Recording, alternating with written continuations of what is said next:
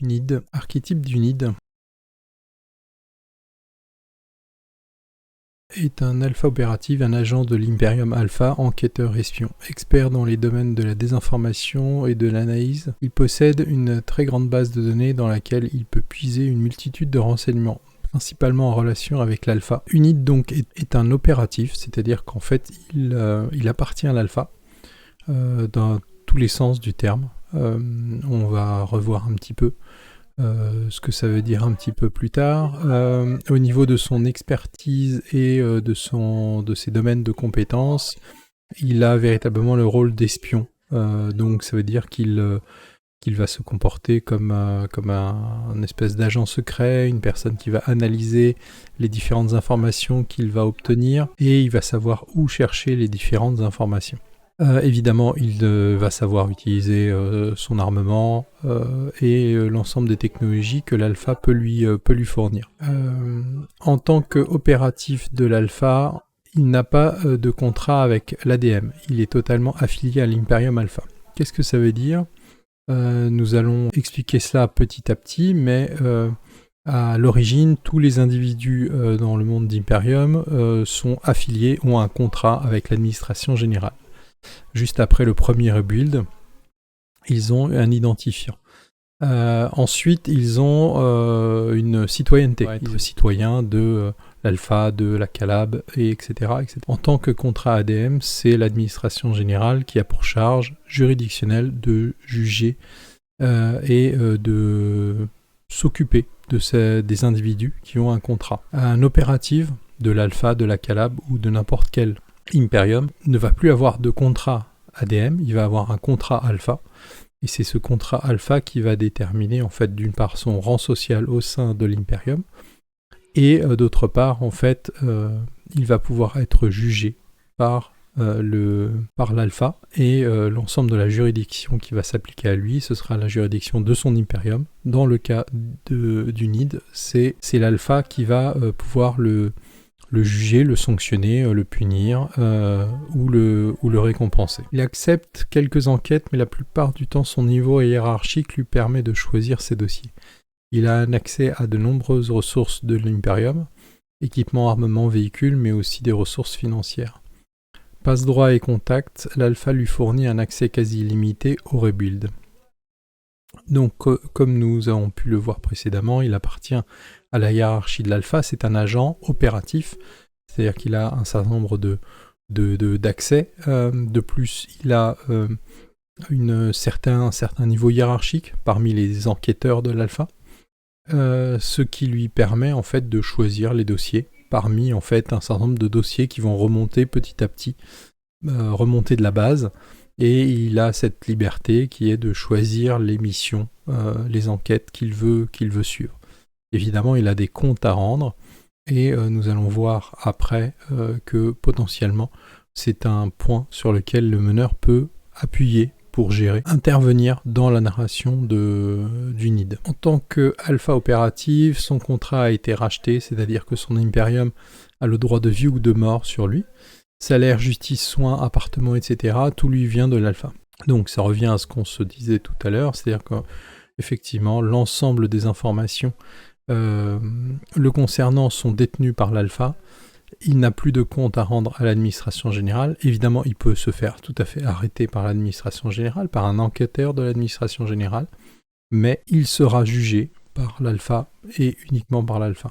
Évidemment, ça va beaucoup plus loin, puisque plus on monte dans la hiérarchie, comme UNID l'est, et plus on peut risquer tout simplement de mourir si les hautes instances de l'alpha, les archontes, décident que UNID dépasse les bornes, ils ont la possibilité de tout simplement être détruits. Il compte sur son autorité et ses capacités physiques, son expertise dans l'administration, le droit des Imperiums font de lui un très bon investigateur. Ayant un accès aux armes de l'alpha, il en fait bon usage. Ses accréditations lui octroient de nombreux privilèges sur le territoire de l'alpha, pouvant aller jusqu'à l'enlèvement ou l'exécution. Donc véritablement, c'est un agent de l'alpha, c'est-à-dire qu'en fait, il a beaucoup de droits. En plus, c'est un opératif, donc il a les droits de jugement et d'action et d'exécution concernant en fait tous les membres alpha, donc tous ceux qui ont un contrat alpha, et dans une moindre mesure ceux qui ont aussi en fait une citoyenneté de l'alpha.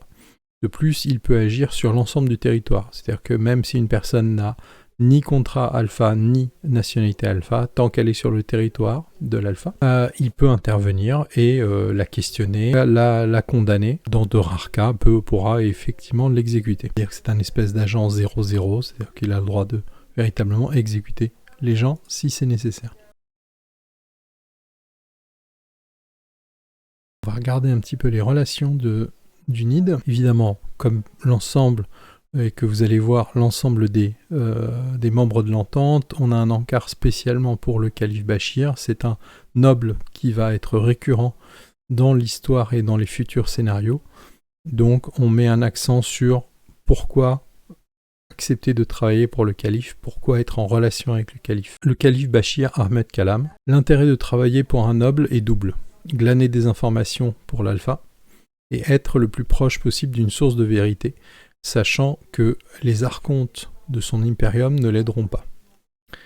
Donc, source de vérité, qu'est-ce que c'est ? Tout simplement, en fait, le calife est un noble, c'est-à-dire qu'en fait, il a les souvenirs pré-crash quantique, il a les souvenirs d'avant, même si, donc, être proche d'un noble et du calife Bachir, c'est être proche de véritablement la source de vérité. Ce qui fut, c'est une personnalité extrêmement importante, qui a des capacités quantiques, qui a des pouvoirs réellement. Le calife Bachir est un individu qui a aussi un grand pouvoir politique, un grand pouvoir social. Il peut ne pas être avare d'informations. On cite, les archontes, ce sont en fait des individus que personne n'a jamais réellement rencontrés, Unid ne les a jamais rencontrés. On peut dire que ce sont les dirigeants des impériums. On dit qu'il y en a peut-être 1, 2, 3, 4 par impérium, ce qui est tout à fait probable. Par contre, ils semblent être très éloignés, très isolés, et qu'ils ne transmettent que très peu d'informations, et s'ils les transmettent, c'est vraiment en fait à de rares personnes. Et donc, Unid considère qu'il est plus simple de se rapprocher du calife Bachir que de réussir à rencontrer les archontes. Le calife étant un membre imminent de la Kalab, il pourra escamoter des modules de data provenant des archives du noble. De plus, le calife n'étant pas assujetti aux réglementations liées aux recherches et à la création d'IA, un arrangement sera sans doute possible. Effectivement, le calife Bachir est un noble de la Kalab, c'est-à-dire qu'en fait, il est affilié à la Kalab. En tant qu'opératif de l'alpha, il est extrêmement intéressant pour Unid de pouvoir, via le calife, récupérer des informations. En rendant des services au calife, il va pouvoir récupérer des informations provenant de sa hiérarchie pour avoir beaucoup plus de passe-droit, voire accéder à des sources d'informations beaucoup plus importantes. Le calife n'a pas signé le Reborn, n'a pas signé le traité initial avec l'administration générale et les autres impériums. C'est pareil pour la plupart des nobles. Aucun noble n'a apposé sa signature. Ce qui fait que, en fait, il est extrêmement libre pour travailler et réfléchir sur la notion d'IA, la notion d'intelligence artificielle au sens premier du terme, c'est-à-dire de la véritable conscience, de la conscience humaine fabriquée. Et donc on verra un petit peu plus tard que c'est un sujet qui interroge Unid. Évidemment, comme relation, il a l'alpha, l'impérium et la patrie, elles donnent tous les moyens possibles afin d'améliorer le développement de chacun, que ce soit au sein des opératifs ou des services extérieurs ou intérieurs. L'énergie, les ressources sont dirigées vers la conquête des informations. Tout dans l'alpha, et c'est à peu près pareil dans l'ensemble des impériums, tend vers obtenir le plus d'informations possible, les technologies passées, ce que font les autres, et ce qui n'a pas encore été découvert, et qui n'est pas nécessairement de l'ordre de la technologie. Et donc toute cette énergie générée par cet empire est orientée vers ces recherches-là. Unid fait partie de ces briques, et il peut en profiter. Il peut, contre des informations profitables à l'alpha, il va pouvoir accéder à des ressources quasiment illimitées que l'Imperium va lui mettre à disposition. Troisième relation importante, Monsieur Order. C'est un homme mystérieux, joignable exclusivement sur l'onde, faisant partie de la hiérarchie de l'Imperium. Il semblerait qu'il puisse effacer des données, même dans les bases de données de l'alpha. Alors, on dit que c'est un homme, ça peut être une femme, ça peut être une intelligence artificielle, il ou elle n'est joignable que via l'onde. Il se construit souvent des silhouettes, et donc même dans l'onde, il n'a pas d'apparence particulière. Il efface toute trace de lui, et il semble être conscient des événements qui peuvent affecter Unid, et potentiellement peut le contacter pour le soutenir, pour le protéger, pour l'avertir. Potentiellement, il pourrait aussi lui nuire. Ça, ce sera évidemment quelque chose qui sera à construire entre le joueur et le meneur. Il fait partie de la hiérarchie de l'Imperium, ça c'est uniquement des soupçons concernant sa position que Unid se fait. Est-ce qu'il est véritablement membre de cet Imperium et est-ce qu'il fait partie effectivement de la hiérarchie? Est-ce que potentiellement c'est un archonte? C'est des questions qui se posent, mais quoi qu'il en soit, il a la capacité d'affecter les bases de données de l'alpha et de soustraire des données provenant d'actions que Unid a pu faire, qui sont répréhensibles, et qu'il va effacer si Erin ne le fait pas. Donc, c'est véritablement un personnage assez important dans la relation que Unid peut avoir avec l'alpha.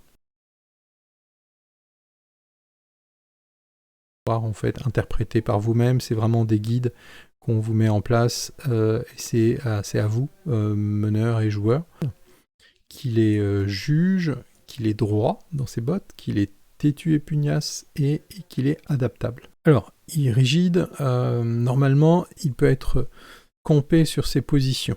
Donc ça rejoint un peu têtu et pugnace. Quand il est dans son droit, ou qu'il pense être dans son droit, ou qu'il pense qu'il a une idée ou une piste, il va s'arc-bouter sur cette idée et aller jusqu'au bout.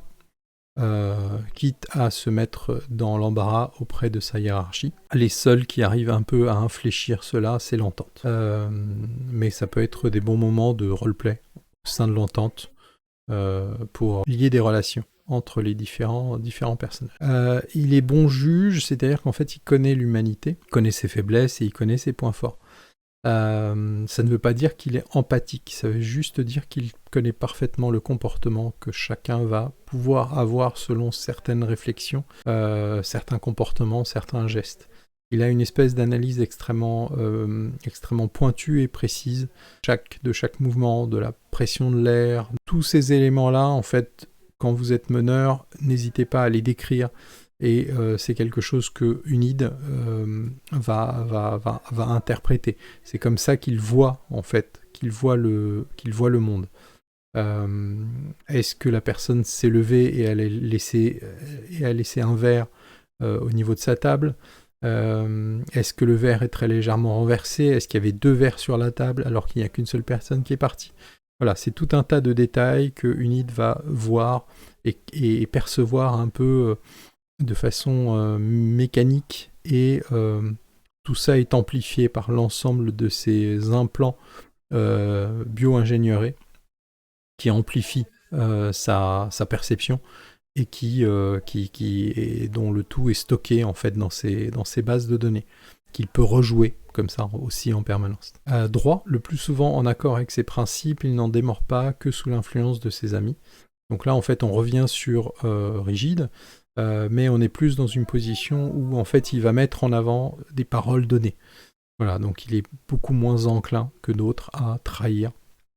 Évidemment, les seuls moyens de le faire infléchir, c'est de discuter avec lui et que ce soit une personne de l'entente. En dehors de l'entente, évidemment, il ne trahira jamais sa parole. Têtu et pugnace, on va pas s'étendre là-dessus. Adaptable, en tant qu'opératif de l'alpha, il est en devoir de s'adapter à toutes les situations, rebuild, changement d'identité, monde virtuel, infiltration. Donc, on n'en a pas parlé au-dessus, mais quand il est dans l'alpha, évidemment, il n'a pas besoin d'avoir ce niveau d'adaptabilité. Par contre, quand il sort de l'alpha, il n'est pas bien vu qu'un opératif de l'alpha se promène librement sur le territoire de la Calab, etc. etc. Il faut qu'il ne montre patte blanche. S'il s'infiltre, ça veut dire qu'en fait, il va dissimuler son identité. Potentiellement, il va changer son apparence physique. Ces équipements vont lui permettre de faire ça. Il pourra aller jusqu'à, dans certaines missions, un rebuild complet de son corps pour que, au moment de l'analyse qu'on va faire de lui, il y ait toute une autre identité. Et même dans l'onde, ce ne sera pas nécessairement un agent opératif de l'alpha, ce sera un lambda qui sera présent. Et donc, il faut qu'il change, qu'il s'adapte. Et de plus, dans le cadre de l'Imperium Alpha, on a une particularité, c'est qu'en fait, les agents sont entraînés dans des environnements virtuels qui vont simuler véritablement le monde extérieur. Les informations concernant Unid. Unid a toujours considéré que son existence était liée à l'Imperium Alpha. Il ne se l'explique pas. Ses rêves et ses souvenirs le plongent dans les méandres de vie qu'il sait être vrai et ayant été vécu. Il est conscient qu'il a toujours appartenu à Alpha. C'est-à-dire que même ses anciennes vies, s'il en a eu plusieurs, avant le crash quantique, il était lié à l'Alpha. Quel est ce lien? Quelle est cette force du lien? Il n'en sait pas plus que ça. Ses souvenirs récurrents, comme tout le monde, il a des souvenirs quantiques. Il sait qu'il a vécu un nombre de vies sûrement très importantes. Peut-être qu'il a été rebuild très très souvent. Mais il sait que c'est lui qui les a vécus. C'est lui qui a été rebuild. C'est pas des souvenirs qui lui ont été implantés et qui ont été vécus par d'autres.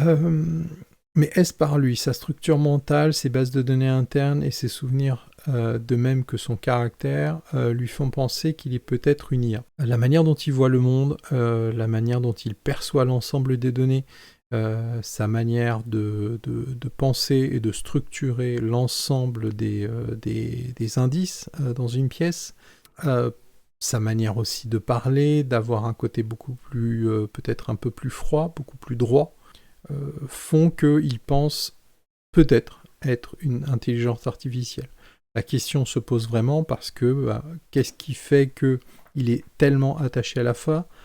Peut-être qu'il a été conçu par l'alpha et qu'il est une véritable intelligence artificielle qui fonctionne et qui a été nourrie par l'alpha et qui a vécu des simulations. Mais ce ne sont évidemment que des suppositions, et le fait de s'approcher d'une personne comme Bashir va peut-être lui permettre de s'ouvrir un peu et de mieux comprendre qui il a pu être, et si effectivement il n'est pas un être humain, mais une intelligence artificielle. Évidemment, ce ne sont que des suppositions, cependant, il fera tout pour en avoir le cœur net.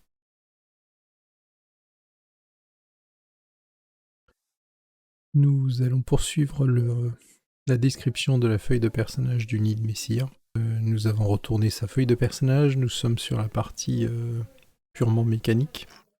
Nous allons nous focaliser sur la partie âme et archétype. Comme tout personnage dans Imperium 5, personnage joueur, il a ce qu'on appelle des âmes. Les âmes, ce sont en fait des éléments d'intention, les manières d'être, sa vision du monde, la manière dont il peut emmener les changements sur le monde. Elles sont divisées en 3 blocs. Chacun de ces blocs est divisé en 2 âmes.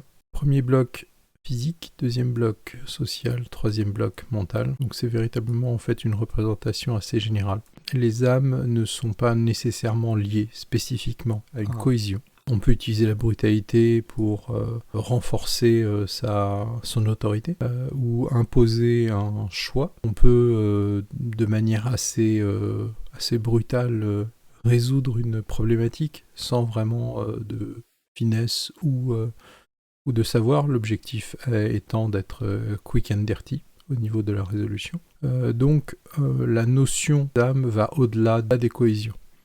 Mais on a besoin de cette basique, de cette base qui est la cohésion. Donc nous avons 3 cohésions, cohésion physique, une cohésion sociale, une cohésion mentale. Ensuite nous avons 6 âmes, donc brutalité, dynamisme, autorité, simulacre, savoir et créativité. On peut aussi regrouper donc les âmes de manière statique, c'est-à-dire brutalité, autorité, savoir, c'est ce que moi j'appelle la colonne de gauche, et dynamisme, simulacre Et créativité, c'est la colonne de droite. Colonne de gauche basée sur quelque chose de concret, quelque chose d'acté, quelque chose de rigide.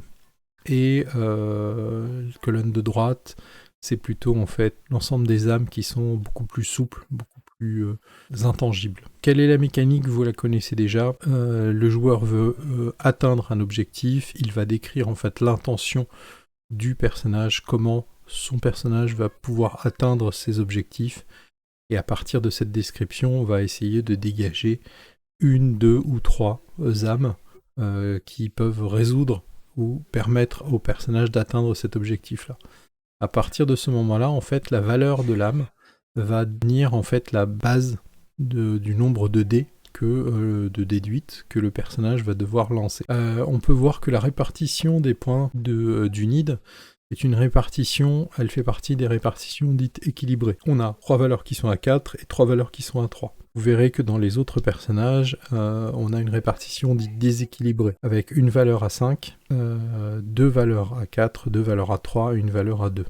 Donc le type de personnage est tellement différent, il va mettre en exergue pour un personnage équilibré comme Unid, en fait, a beaucoup moins de force et de faiblesse, a beaucoup moins de points d'accroche sur lesquels en fait le meneur peut jouer, et pareil pour le joueur, pour la joueuse, il y a beaucoup moins d'éléments qui vont lui permettre de jouer un petit peu sur sa rugosité. Donc les âmes sont beaucoup plus lisses, donc il devra chercher autre part pour jouer sur ses forces et sur ses faiblesses. Un personnage qui a des âmes qui sont déséquilibrées, avec un 5 et un 2, va pouvoir mettre en avant le 2 et le 5 pour interpréter véritablement son personnage et le mettre en défaut si nécessaire. Et évidemment, son point fort, l'âme qui sera à 5, va lui permettre d'avoir beaucoup plus de chance et beaucoup plus d'impact sur le monde, puisqu'il va lancer 5 dés. On peut voir ensuite que dans chacune de ces cohésions, donc cohésion physique, sociale et mentale, il y a une valeur, la cohésion, qui va correspondre en fait au stress progressif, que ce soit stress physique, social, mental. Donc ce ne sont pas réellement des blessures, des égratignures, de la fatigue, des humiliations très, très légères, cumulatives, de la fatigue mentale. Donc en fait, elles vont décroître. Une fois qu'elles atteignent la valeur de 0, à ce moment-là, en fait, on va cocher une rupture, qui, elle, sera véritablement une blessure, et qui va avoir un impact sur la mécanique du jeu. Une fois que la cohésion est descendue à 0, à ce moment-là, en fait, on va la faire remonter à son niveau maximum. Il peut subir donc jusqu'à 3 ruptures. Et évidemment, quand les points de cohésion, alors que la 3e rupture est déjà cochée, tombe à 0, à ce moment-là, le personnage est considéré comme mort. Donc ce n'est pas une mort définitive, nous sommes dans Imperium 5. Le bloc concernant les archétypes. Donc, l'archétype est un élément fondateur dans la création du personnage. Au moment où vous allez pouvoir créer votre personnage, vous allez comprendre que il faudra déterminer un élément essentiel, une origine, vraiment basique, qui est comprise par l'ensemble de la table. Je suis un soldat, je suis un opératif, je suis un voleur, un investigateur, etc., etc. Cette base, en fait, elle va s'enrichir au fur et à mesure des parties d'initiation. L'objectif, c'est que les gens autour de la table comprennent exactement ce que votre personnage sait faire, ne sait pas faire. Si, lors d'une partie, ils ne comprennent pas, votre archétype n'est pas en résonance avec votre manière de jouer. Donc, sur le coup, évidemment, le meneur peut s'opposer à ce que vous allez faire, mais il faudra peut-être réfléchir à modifier votre archétype. Donc, l'archétype est ce que vous allez pouvoir faire lors de votre partie. Donc là, dans le cas du NID, nous sommes sur un alpha opératif. Nous avons déjà décrit un petit peu précédemment à quoi ça correspondait. C'est un agent secret, c'est un agent d'infiltration, c'est un agent d'analyse, c'est un analyste. C'est quelqu'un donc qui sait se battre, qui sait influencer les gens, qui sait corrompre les gens, et qui sait comprendre en fait les raisons sous-tendues derrière des enjeux politiques ou économiques. Il peut opérer au sein de l'alpha, il peut opérer aussi à l'extérieur de l'alpha. Évidemment, il a aussi des liens avec sa propre hiérarchie, donc, et il doit aussi en payer des conséquences. Donc l'archétype vient avec cet ensemble de connaissances. Dans le cadre du NID, nous avons 3 spécialités. Les spécialités vont lui permettre en fait d'approfondir son archétype. Donc nous avons documents secrets, il sait les falsifier, il sait les reconnaître. Par défaut, c'est des documents qui sont numériques. Rien ne l'empêcherait de faire des faux documents papier pour l'administration générale ou pour MU, ou bien de les reconnaître. Droit et savoir de l'archéo-alpha, c'est-à-dire qu'en fait, il connaît l'histoire, tenant les aboutissants des applications juridiques qui vont s'appliquer à l'alpha. Et potentiellement, vu qu'il y a le terme archéo, cela peut s'appliquer en fait à des connaissances qui sont anciennes, qui sont stockées dans ces bases de données personnelles et qui vont lui permettre de raccrocher un peu les wagons entre avant Crash Quantique et après Crash Quantique. Dernière spécialité, tir, ça fait partie en fait de son côté un peu James Bond. Et pour finir, nous avons une familiarité. Donc les familiarités sont des éléments qui sont en dehors de l'archétype général qui est l'alpha opérative. C'est un hobby, c'est une connaissance qui est extérieure à l'archétype et qui constitue tout de même en fait le personnage. Donc là, ces modifications implants nanotech, c'est la possibilité que Unid d'améliorer, de modifier des implants déjà existants et qui sont en fait de type nanotech, évidemment. Donc il y a d'autres types d'implants sur lesquels il pourrait ne pas pouvoir agir. L'ensemble de ce bloc, le bloc archétype, si l'action qui est en cours correspond à un des éléments qui se trouve dans ce bloc-là, que ce soit l'archétype dans son ensemble, l'alpha opérative, une de ses spécialités ou une de ses familiarités, le joueur obtient un dé supplémentaire. Si une des spécialités rentre en compte, s'il est en train de tirer avec son arme à feu, non seulement il a le plus un dé supplémentaire, mais il va pouvoir en fait réduire de 1 le résultat d'un des dés. Donc par exemple un 3 peut devenir un 2 et donc devenir à ce moment-là un succès. Donc ce sont véritablement des éléments mécaniques du jeu et donc c'est à vous de décrire votre manière d'agir dans le monde, la manière dont vous souhaitez mettre en avant votre archétype pour évidemment profiter au mieux des meilleurs bonus pour avoir plus d'impact sur la narration. Les paradigmes, comme vous pouvez le voir, sont intrinsèquement liés en fait au seuil. Le seuil est cette valeur que votre dé ne doit pas dépasser. Donc en fait, si la valeur de votre dé est 2 ou moins, vous obtenez un succès, une unité narrative. Une des méthodes que vous avez pour aller au-delà de ce seuil, c'est d'imposer à la réalité votre vision du monde, ou du moins la vision du monde du personnage. Donc, si une action est liée à les êtres humains, à une interaction sociale, à connaître les faiblesses des gens, on peut imaginer qu'Unid va dire en fait je plie la réalité et j'impose ma vision de l'humanité à la réalité. Qui fait que la valeur d'humanité, qui est de 4, va venir en remplacement du seuil qui est de 2. Ce qui fait que l'ensemble des dés qui ont fait 4 ou moins deviennent des réussites. Donc précédemment, c'est 2 ou moins, remplacement avec l'humanité, on passe à 4 ou moins, ce qui augmente évidemment le nombre de succès. À chaque fois que vous utilisez un paradigme, vous cochez la case et vous ne pourrez plus utiliser ce paradigme-là pour toute l'aventure. Donc on va passer un petit peu en revue la vision que peut avoir Unid du monde. Il est très orienté cyber, il est très orienté technologie, c'est pour ça qu'il a une valeur de 5. La valeur humaine, c'est sa nature d'agent opératif, le fait qu'il soit en permanence en contact avec des individus, qu'il négocie, qu'il espionne, qu'il essaye de comprendre les individus et leurs choix, et leurs décisions, et leur manière d'agir, et que l'humanité fait partie du deuxième paradigme qu'il a mis en avant.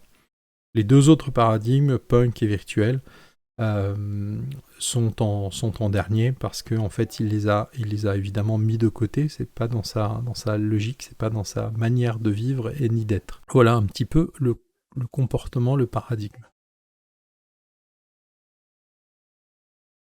Associé au paradigme, nous avons ce qu'on appelle le bloc nature profonde.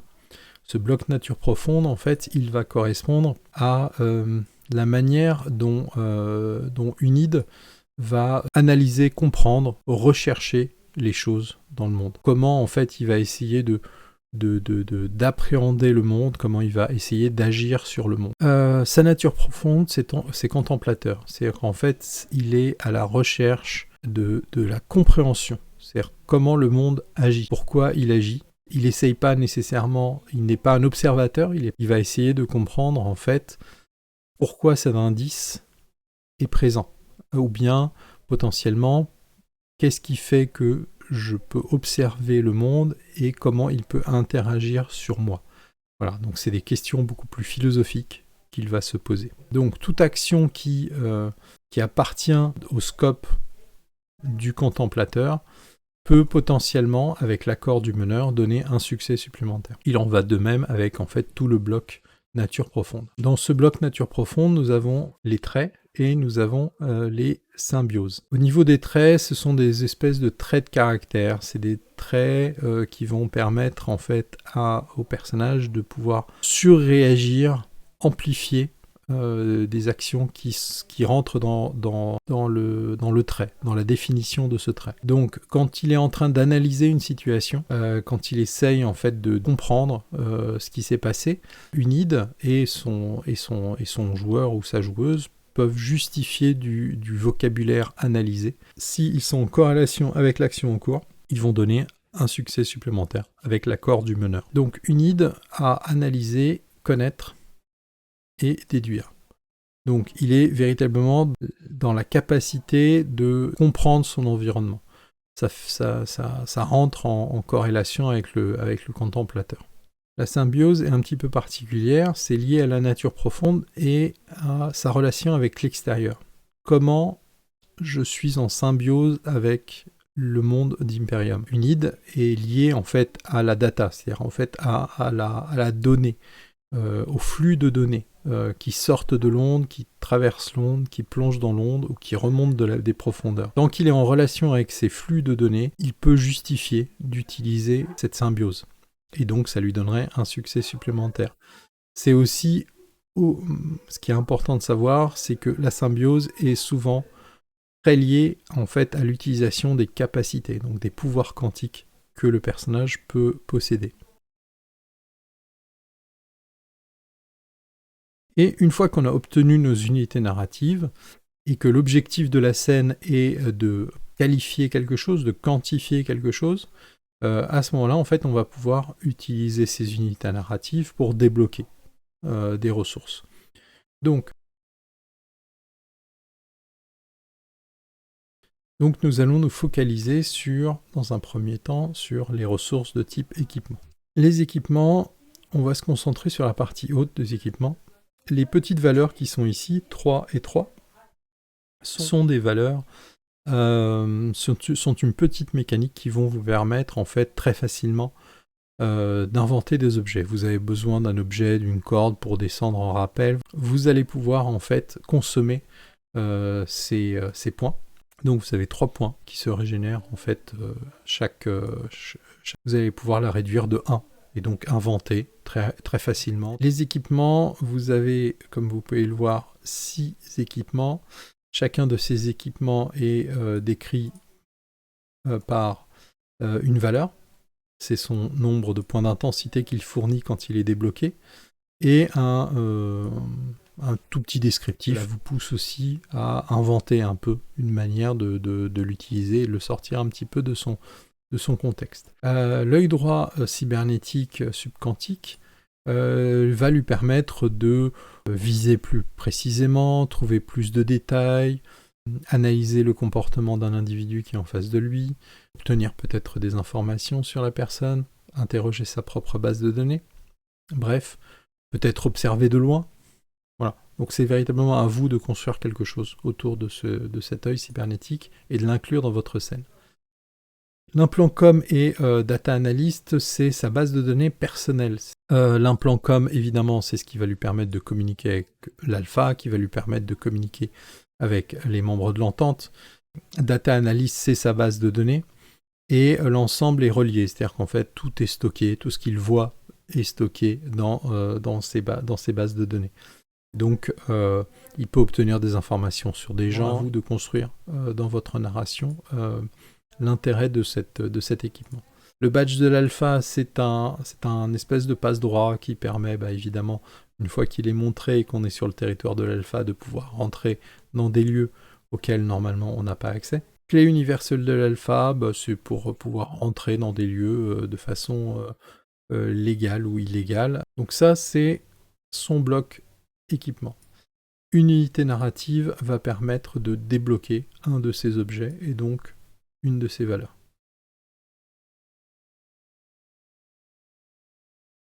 Deuxième type de ressources, les capacités. Donc les capacités, c'est des véritables pouvoirs. Et elles sont de plusieurs types. Elles peuvent être de type nanotechnologique, elles peuvent être de type quantique. Et elles se décomposent de la manière suivante. On a en fait un descriptif accompagné de rangs. Et ensuite, on a un descriptif détaillé avec le type de la technologie. Donc, et ensuite un descriptif un peu plus global, un peu plus général. Concernant les rangs, on a deux types de rangs. On a un digit, une pipe et un autre digit. Donc en fait, on a un digit à droite et un digit à gauche du trait. Le digit à gauche du trait est la valeur en D que peut fournir la capacité. Si je décris que mon action, je souhaite utiliser mon costume de l'alpha pour stabiliser mon tir, par exemple, et que je dépense un point de karma, eh bien je vais pouvoir rajouter un dé supplémentaire à mon action. Donc ça se déclare évidemment au moment où on compose son pool de dés. Le deuxième digit, c'est le nombre de points d'intensité qu'apporte la capacité. Et ça, c'est débloquable par soit une unité narrative, soit par un point de karma. Donc dans une même scène, je peux dire que j'utilise mon costume pour stabiliser mon tir, et ça me donnerait un dé supplémentaire. Et une fois que je dois dépenser mes unités narratives et que je dois débloquer de ressources, je peux dire, en fait, ça m'a non seulement servi pour stabiliser, mais en plus, une partie de l'énergie de mon costume est venue renforcer la puissance du tir, et ça va me rapporter 5 points d'intensité supplémentaire. Et donc ça, je débloque cette valeur-là, donc ce nombre de points d'intensité, je le débloque via une unité narrative. Évidemment, il faut que ce soit accepté par le meneur, il faut que ce soit logique dans la narration et que ce soit logique dans la scène. Dans le cas du NID, costume de l'alpha, c'est un objet nanotechnologique qui est intrinsèquement lié à son plasma, à son corps, et qui est en relation complète, en symbiose complète avec son propre corps.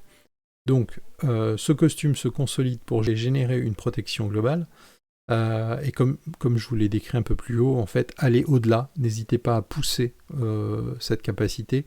Ce n'est pas uniquement une protection, donc ça peut aller au-delà, à vous de faire vivre vos capacités, et de redéfinir à chaque fois, en fait, potentiellement cette description. Deuxième capacité, interface neurale, il a un 4, donc elle est un peu plus faible que la précédente capacité, elle est de type nanotechnologie, elle lui permet d'enregistrer et de se remémorer un grand nombre d'informations. Donc en fait, comment elle fonctionne ? Par défaut, en fait, elle est toujours active. Si à un moment donné, en fait, Unid souhaite se souvenir d'un événement qui s'est déroulé lors des parties précédentes et qu'il se dit que c'est important pour la scène qui est en cours, eh bien en fait il va dépenser un point de karma et il va pouvoir y référer. C'est aussi un moyen de stocker des informations de type prototech. Bref, pareil, c'est à vous de pouvoir un petit peu construire et travailler là-dessus. Donc, on part du principe que Unid enregistre l'ensemble des informations et que, en fait, à tout moment, il peut se souvenir d'un nom, d'un prénom, d'un lieu, d'une position géographique, voire même s'il était assommé, à vous de véritablement construire les choses autour de cette capacité. Troisième colonne, singularité, contact et finance. Singularité, ce sont en fait des caractéristiques assez exceptionnelles. Dans le monde d'Imperium, dans la mécanique d'Imperium, il n'y a pas de caractéristiques. Et ce ne sont pas ces caractéristiques qui entrent en compte dans la résolution de l'action. Par contre, ils peuvent avoir des singularités. Ces singularités sont liées en fait à leur corps actuel, à des capacités qu'ils ont intégrées lors de leur rebuild. Le plasma a été refaçonné pour leur permettre d'être, dans le cas d'Unid actuellement, d'être adaptable. Dans Singularité, vous allez trouver fort, agile, finesse, subtil, etc., etc., etc. Voilà, donc de véritables caractéristiques. Et ces caractéristiques-là, ces singularités-là, viennent avec un rang, et ce rang-là, c'est un rang qui se calcule donc en points d'intensité. Il ne va pas vous donner des succès supplémentaires ou des unités narratives supplémentaires. Par contre, en fait, ils peuvent être débloqués pour imposer sa propre réalité à la scène en cours. Donc, dans le cas d'Unid, nous avons adaptation. C'est sa capacité qu'on a décrite en tant qu'opératif de l'alpha de s'adapter à différentes situations. Et donc, c'est à vous, en fait, de narrer la manière dont vous allez l'incorporer. Contact et finance, on les a déjà vus un petit peu, là ils sont quantifiés mécaniquement. On a Monsieur Order, quand il est débloqué, va vous permettre de vous rapporter 4 points d'intensité. Et nous avons l'agent Q qui est un alpha ingénieur, c'est un petit clin d'œil concernant évidemment James Bond, et il vous apporte aussi 4 points d'intensité au moment où vous vous y référez. Petit point mécanique. À chaque fois que vous utilisez une unité narrative pour débloquer une ressource, vous allez débloquer sa valeur en points d'intensité. Vous allez additionner l'ensemble des ressources que vous avez débloquées. Cette somme va venir se déduire des points d'intensité que le meneur vous a opposés. 12 points d'intensité. Si vous atteignez ces 12 points, vous allez hacker le système et donc obtenir l'information que vous souhaitez. Et bien potentiellement, vous obtenez 3 unités narratives. La première unité narrative, vous allez débloquer par exemple votre œil, qui vous donne 6 points. La deuxième unité narrative, vous allez débloquer votre costume, qui vous donne 5 points, ce qui vous porte le total à 11. Et pour finir, vous êtes en contact direct avec Monsieur Order, et vous débloquez Monsieur Order pour 4 points supplémentaires, ce qui nous fait 15 points. Ces 15 points viennent se soustraire aux 12 points d'intensité, ça va les réduire à 0. En les réduisant à 0, vous atteignez votre objectif. Nous allons passer sur la partie de la feuille, donc c'est une partie narrative de la feuille. Elle est tout aussi importante que la partie mécanique, puisque chacun des éléments qui se trouvent ici va vous permettre de mieux interpréter votre personnage, de mieux le comprendre, et aussi en fait de faire référence à certains éléments qui sont sur cette partie de feuille de personnage via l'utilisation d'un point de karma. Cela va vous permettre de résoudre des situations, d'obtenir des informations. Donc, Unid Messire se considère être un homme. Il est souvent appelé par ses collègues l'agent M. Il possède quelques traits particuliers. Il est charismatique. Il est bel homme, dans la force de l'âge, il a des habits sobres. Évidemment, l'ensemble de ces traits peuvent évoluer et vous pourrez les modifier. Donc ça reste que des traits particuliers qui sont spécifiques à un pré-tiré. Imperium, c'est sa citoyenneté, il appartient à l'alpha. Donc c'est un citoyen de l'alpha. D'ailleurs, dans le terme que j'utilise, il appartient à l'alpha, en fait il est citoyen de l'alpha. Le fait d'être citoyen de l'alpha fait que vous n'appartenez pas nécessairement à l'alpha. Au niveau de son contrat ADM, donc de son ADM ID, il a un contrat alpha. Et là, effectivement, il appartient à l'alpha. Juste après le reborn, au moment où la population a été répartie, il a fait partie du contingent des personnes qui sont devenues opératifs. Donc il est opératif de l'alpha en fait depuis le départ. À partir de ce moment-là, en fait, son contrat initial qui a été façonné en tant que ADM-ID a été immédiatement transféré à l'alpha. La plupart des habitants de la planète ont un contrat de type ADM classique. Au moment du reborn, 20% de la population a été répartie chez l'Alpha, 20% dans la Calab, 20% Solarium, 20% Dreadlim, 20% Deadlidus. Ils ont eu comme citoyenneté Alpha, Calab, Dreadlim, Deadlidus, Solarium, et leur ADM ID est resté de type contrat ADM. il n'y a qu'une faible partie de cette population qui est devenue opérative ou qui est devenue agent. Et à partir de ce moment-là, en fait, leur contrat a été changé. Il semble qu'il ait subi un rebuild il y a 2842 jours. Qu'est-ce qu'un rebuild? Donc un rebuild qui est comptabilisé ici, c'est un rebuild total. C'est-à-dire qu'en fait, c'est pas parce qu'on vous coupe un bras et qu'on vous reconstruit votre bras et que vous passez dans un pod de rebuild qu'on va rentrer, qu'on va loguer cette date-là. C'est uniquement en fait si on vous reconstruit totalement, parce que vous avez été désintégré, on vous reconstruit totalement, à ce moment-là, on marque dans ce tableau-là le nombre de rebuilds. Je vous suggère d'aller voir la vidéo concernant Zuma. Alors, nous allons voir un petit peu plus loin. Chaque personnage dans l'entente va avoir des souvenirs quantiques. Ces souvenirs quantiques sont les seuls liens que le personnage a avec son passé. Et au-delà de ces liens, c'est aussi ce qui constitue son questionnement. Comment je vois qu'il y a une dissonance dans le monde qui a été construit, c'est parce qu'en fait, beaucoup de choses dans mes cauchemars récurrents, dans mes rêves extrêmement forts, me disent que ce que je suis en train de vivre est une espèce de reconstruction. Et que ma véritable identité, mon moi réel, pas du tout ce qu'il est maintenant. Il y a eu un espèce d'énorme changement, comme si en fait on avait reconstruit toute une société à partir de rien et de façon totalement hasardeuse. Et ce sont ces souvenirs quantiques qui font le pont. L'objectif de ces souvenirs quantiques, la mécanique qui est sous-tendue derrière, c'est que quand vous avez un souvenir quantique et qu'une scène se rapproche de votre souvenir quantique, vous allez déclencher en fait un moment. Ce moment, c'est un échange entre vous, le meneur, et vous potentiellement avec la table, où vous allez pouvoir étendre ce souvenir quantique. Et au fur et à mesure, vous allez l'étendre, ça veut dire que vous allez vous rappeler de plus en plus de choses concernant cet événement, et potentiellement concernant votre propre personnage, sa propre identité. Inversement, plus vous allez rencontrer des choses, des créatures ou subir des événements qui vont vous éloigner de ces souvenirs quantiques, et plus en fait vous allez devenir un espèce de mouton, quelqu'un qui réintègre en fait la grande lessiveuse qui existe actuellement, et vous allez devenir en fait un individu lambda. Et donc ce sont des éléments qui sont très très importants. Si vous n'avez plus aucun souvenir quantique, et qu'ils n'ont pas été résolus, entre guillemets, c'est qu'en fait, votre personnage n'a plus aucune raison d'être. Il disparaît et vous pouvez en recréer un autre. Une mort définitive. Donc c'est véritablement en fait un élément essentiel au niveau de votre personnage. Donc lisez-les, essayez de les comprendre. Quand vous avez des scènes pendant votre partie, votre temps de jeu qui sont proches, n'hésitez pas à les surjouer et mettez en avant le fait que en fait, votre troisième souvenir quantique ressemble vaguement à ce que vous venez de vivre.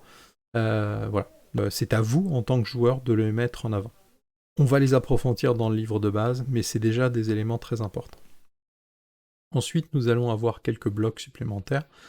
Donc, information générale, donc là, évidemment, il a plusieurs clones de l'alpha. Alors, il a les équipements secondaires. Donc les équipements secondaires, c'est des équipements que le meneur peut vous faire perdre sans aucune difficulté, mais ça peut vous permettre de, en utilisant un point de karma, de les intégrer dans votre scène et d'enrichir un petit peu la narration. Deuxième bloc, juste en dessous, relation contact et acolyte, c'est un complément du bloc contact et finance. Pareil, il a moins d'impact et c'est beaucoup plus volatile.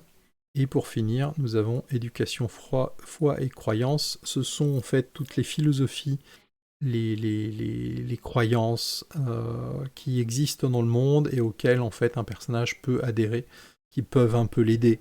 Ça peut être soit en fait des relations directes avec des organisations, ça peut être soit directement une foi personnelle, une philosophie personnelle qu'il mène.